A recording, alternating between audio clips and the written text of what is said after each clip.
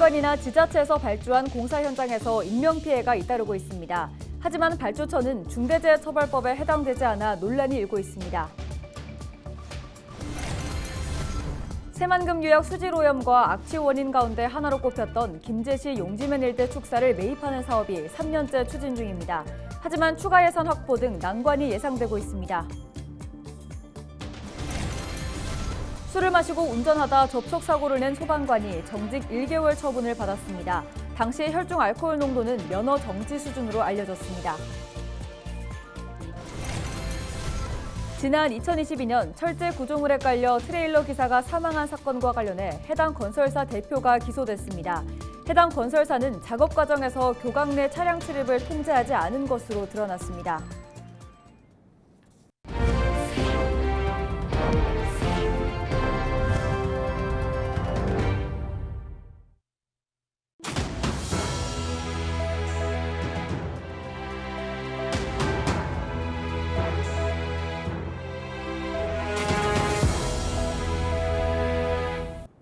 시청자 여러분 안녕하십니까? 헬로티비 전북뉴스입니다. 산업 현장에서 발생하는 인명피해를 줄이고 책임자를 처벌하기 위해 중대재해처벌 등에 관한 법률이 시행됐습니다. 공공기관이나 지자체에서 발주한 공사 현장에서도 인명피해가 잇따르고 있지만 발주처는 중대재해처벌법에 해당하지 않는 경우가 많다고 합니다. 이나라 기자의 보도입니다. 고창군 무장읍성 안에 있는 조선시대 관아 건물 무장동원입니다. 고창군의 발주로 지난달부터 진행된 긴급 보수 공사는 멈춘 상태. 지난 23일 공사 현장에서 기와를 옮기던 60대 일용직 근로자가 기와 운반 기계와 철기둥 사이에 끼어 숨지는 사고가 났기 때문입니다. 고용노동부는 사고 당일 작업 중지 명령을 내리고 중대재해처벌법 적용 여부 등을 조사하고 있습니다. 산업안전보건법은 당연히 적용 대상이기 때문에 적용을 해서 수사를 진행할 거고요. 중대재해처벌법은 적용 대상이 맞다라고 확정이 되면은 같이 수사가 진행될 겁니다. 지난 17일 익산시청 신청사 건설 현장에서도 타워크레인 해체 작업을 하던 근로자가 4m 아래로 추락해 숨지는 사고가 났습니다. 관급공사 사망 사고가 잇따라 발생하고 있지만 지자체가 중대재해처벌법에 적용되는 경우는 매우 드뭅니다. 중대재해처벌법에선 공사 발주처가 실질적으로 공사를 운영 관리하지 않았다면 안전보건 확보 의무 책임을 부과하지 않습니다. 건설노동조합 측은 공사 현장 중대재해를 막기 위해선 공사 발주자와 원청에도 책임과 의무를 지게 하는 건설안전특별법을 제정해야 한다고 말합니다. 하도급 업체인 전문 건설 업체에다만 떠밀다시피 하다 보니까 근본적으로 중대사고의 예방이 되지 못했기 때문에 발주처와 시공사의 책임을 강하게 물으면 산업안전, 특히 중대사고와 관련해서는 충분한 예방과 사전 조치가 가능하다. 국토교통부가 발표한 자료에 따르면 지난해 1분기에서 3분기까지 공공공사 현장에서 숨진 노동자는 61명으로 전년 같은 기간보다 늘었습니다. 헬로티비 뉴스 이나라입니다. 새만금 유역 수질 오염과 악취 원인 가운데 하나로 꼽혔던 김제시 용지면 일대 축사를 매입하는 사업이 3년째 추진 중입니다. 하지만 추가 예산 확보와 같은 숱한 난관이 예상되는데요. 이 밖에도 김제시가 추진 중인 주요 사업 현장을 시의회에서 찾았는데 정명기 기자가 취재했습니다. 새만금의 수질 오염을 막기 위해 특별 관리 지역으로 지정된 김제 용지 정착농원입니다. 환경부는 2022년부터 4년 동안 축사 50여 개를 매입하고 생태보건에 481억 원을 투입하기로 했습니다. 하지만 문제는 예산 확보입니다. 공시지가와 철거 비용 상승 등으로 사업비가 300억 원 더 필요해진 겁니다. 기업이 상전하고 있는 한 이 악취한 냄새는 민원이 해결되지 않습니다. 기업도 매입하는데 국비가 많이 확보됐으면 좋겠어요. 축사 매입 근거가 되는 특별법 적용 시한도 올해까지인데 매입률은 24%에 불과합니다. 크고 작은 갈등도 여전한 상황. 그분들이 4개월 휴업 보상 받고 하실 것 같습니까? 새 건물을 짓는 공사도 한창입니다. 쇠퇴하는 도심을 살리기 위한 요촌동 도시재생 사업 가운데 하나입니다.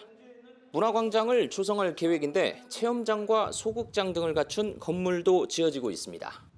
지금 현재 건물이 완성이 됐다 하더라도 전혀 활용을 못하고 있는 이런 실정이고, 이 광장의 크기보다는 그냥 건물을 하나 지은 거예요. 내년 1월 완공을 목표로 육아종합지원센터도 들어섭니다. 영유아를 위한 놀이터와 장난감 대여실 등을 갖출 예정인데 기대 반 우려 반입니다. 어머니들이 그 아장아장한 애기들을 데리고 여기를 와야 되는데 주차 공간이 없다는 얘기는 여기다 아무리 좋은 시설을 해놔도 의미가 없는 거예요. 예비 귀농귀촌인의 지역 정착을 돕기 위한 가족 실습농장도 준공했습니다. 24억 원을 들여 주택 4채와 교육동, 텃밭을 마련하고 입주자를 맞을 준비를 마쳤습니다.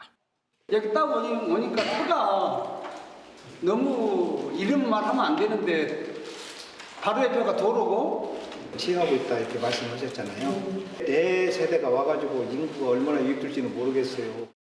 김제시 주요 사업 현장을 둘러본 시의원들은 집행부와 성공적인 사업을 위한 대응책을 논의했습니다. 이번 현장 행정을 통해 당면한 문제점에 대한 대응책과 향후 추진 계획들을 면밀히 점검해 철저하고 빈틈없는 사업 추진을 주문했습니다. 현장 방문을 마친 시의회는 오늘 본회의를 열어 1조 1,000억여 원 규모의 김제시 올해 첫 추가 경정 예산안을 의결했습니다. 헬로티비 뉴스 정명기입니다. 술을 마시고 운전을 하다 접촉사고를 낸 소방관이 정직 1개월 처분을 받았습니다. 전북특별자치도 소방본부는 24일 정읍소방서 소속 A 소방사에게 중징계에 해당하는 정직 1개월 처분을 내렸다고 밝혔습니다. A 소방사는 지난해 10월 18일 정읍시의 한 아파트에서 술을 마시고 주차를 하던 중 접촉사고를 내 징계위원회에 회부됐습니다. 당시 A 소방사의 혈중 알코올 농도는 면허 정지 수치로 알려졌습니다. 지난 2022년 철제 구조물에 깔려 트레일러 기사가 사망한 사건과 관련해 해당 건설사 대표가 기소됐습니다. 전주지검은 교각공사 과정에서 발생한 트레일러 기사 사망 사고 건설사 대표 A씨를 중대재해처벌법 위반 혐의로 기소했다고 밝혔습니다.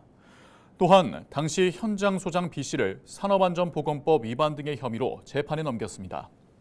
트레일러 기사 52살 C씨는 2022년 5월 진안군 안천면 용담댐 인근 국도 13호선 교각 공사 현장에서 무게 125톤의 철제 구조물에 깔려 숨졌습니다.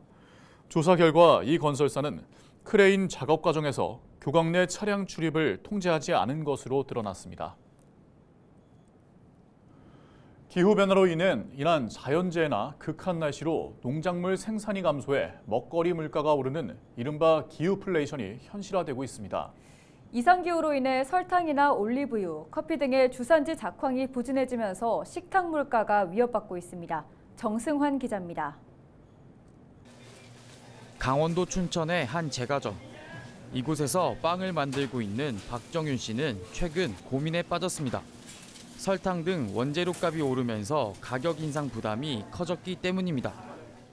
원재료가 많이 오르다 보니까 빵값을 올릴 수밖에 없는데, 그렇다고 해서 그때마다 가격을 인상할 수 없는 것도 사실이에요. 장사하시는 분들이 부담을 안고 장사하시는 것도 맞는 거고, 모든 부담을 소비자분들에게 넘겨드릴 수도 없는 부분이라서. 지난해 국제 설탕 가격 지수는 평균 145.0으로 전년 대비 26.6% 올랐습니다. 주요 설탕 수출국인 인도와 태국의 생산량이 엘니뇨 현상에 따른 가뭄으로 인해 크게 줄면서 가격 상승을 부추긴 겁니다. 국내 설탕 1kg당 소맥 가격은 지난 5일 기준 2,590원으로 1년 새 14% 넘게 올랐습니다. 올해 초와 비교해도 2% 이상 오른 수치입니다. 올리브유와 커피 등 식료품 가격도 줄줄이 올랐습니다. 올리브유의 주요 생산지인 남부 유럽이 극심한 기후변화를 겪고 있는 데다 베트남과 인도네시아 등 주요 커피 생산지도 가뭄으로 인해 생산량이 줄은 탓입니다. 올리브유 가격은 1년 사이 70% 넘게 뛰었고 라면과 과자 등을 만들 때 쓰는 파뮤값도 16% 올랐습니다. 인스턴트 커피에 들어가는 로부스타 커피 선물 가격은 1년 전보다 60% 넘게 오르며 역대 최고로 치솟았습니다. 올리브오일 값이 많이 올라가지고 사기가 힘들어서 요리할 때 꼭 써야 되는데 계속 세일하는 거 찾아보는데 잘 없더라고요. 그래서 되게 힘들기도 하고 요리할 때 식재료가 많이 장보기가 힘들어졌어요. 이런 가운데 원재료값 상승을 이유로 제과나 식품 가격도 덩달아 인상될 가능성이 높아 서민들의 시름은 더욱 깊어질 전망입니다.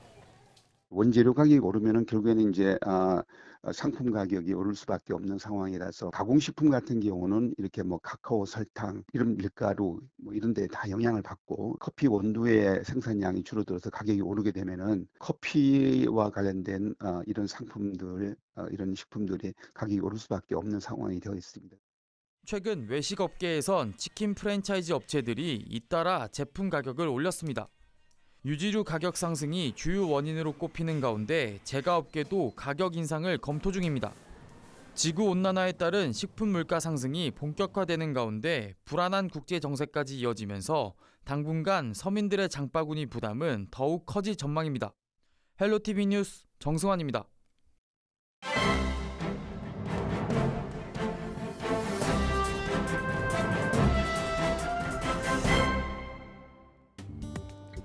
신문브리핑 전북일보 기사입니다.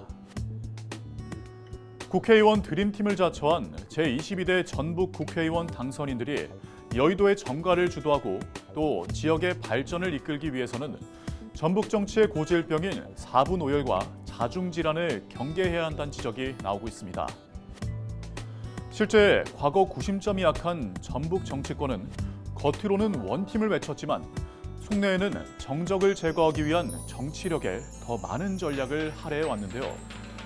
특히 지역 현안이 잘 풀리면 10명 국회의원 모두 자신의 공으로 돌리기 바빴고 반대로 현안이 좌초되면 상대방 탓으로 일관하거나 아예 방관했다고 합니다. 이 같은 전북 정치의 균열은 다른 지역 정치권의 비웃음을 사는 결과를 초래해 왔는데요. 4.10 총선을 기점으로 전북 정치는 원팀은커녕 사분오열 분위기가 감지되고 있습니다. 이번 총선은 사실상 2년 뒤에 있을 지방선거의 예고편으로 민주당 공천 과정에 있던 내부 갈등은 지방선거를 기점으로 폭발할 조짐이라고 하는데요. 도지사 선거는 그 열기가 심해지면서 자칫 도정협력 과정의 뇌관이 될 수도 있다고 신문은 전했습니다. 지금까지 신문브리핑이었습니다.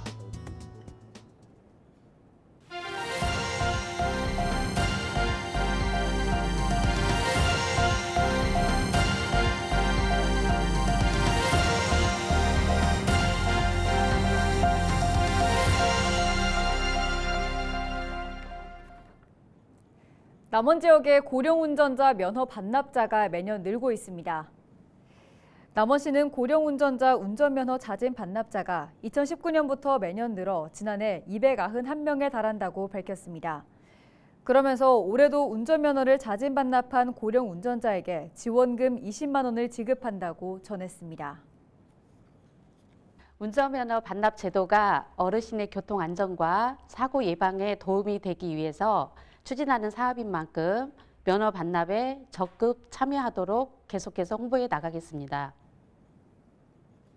고창군이 문화재청 국립완주문화재연구소 고인돌 유적학술연구와 활용협력을 위해 업무협약을 맺었습니다. 이에 따라 두 기관은 고창군 중림리 고인돌 유적에 대해 분포 현황 조사와 정밀 발굴 조사 등 다양한 융복합 연구를 진행할 예정입니다. 고창 고인돌 유적은 한반도 유일한 선사시대 유네스코 세계유산으로 탁자식과 개석식 등 다양한 고인돌 형태를 볼 수 있습니다. 2020년 말일 전에 보조금을 받아 전기차를 구매한 경우 차량을 폐차할 때 시군의 폐배터리를 반납해야 합니다. 전북특별자치도는 2020년까지 보급된 도내 전기차는 3천여 대로 배터리 보증 기한을 고려했을 때 반납 의무 이행 시점이 다가오고 있다고 밝혔습니다. 반납된 폐배터리는 전기차 충전기 등에 재사용되거나 원료로 재활용될 예정입니다. 이상으로 뉴스를 마칩니다. 저희는 언제나 지역민 여러분과 함께합니다. 시청해주신 여러분 고맙습니다.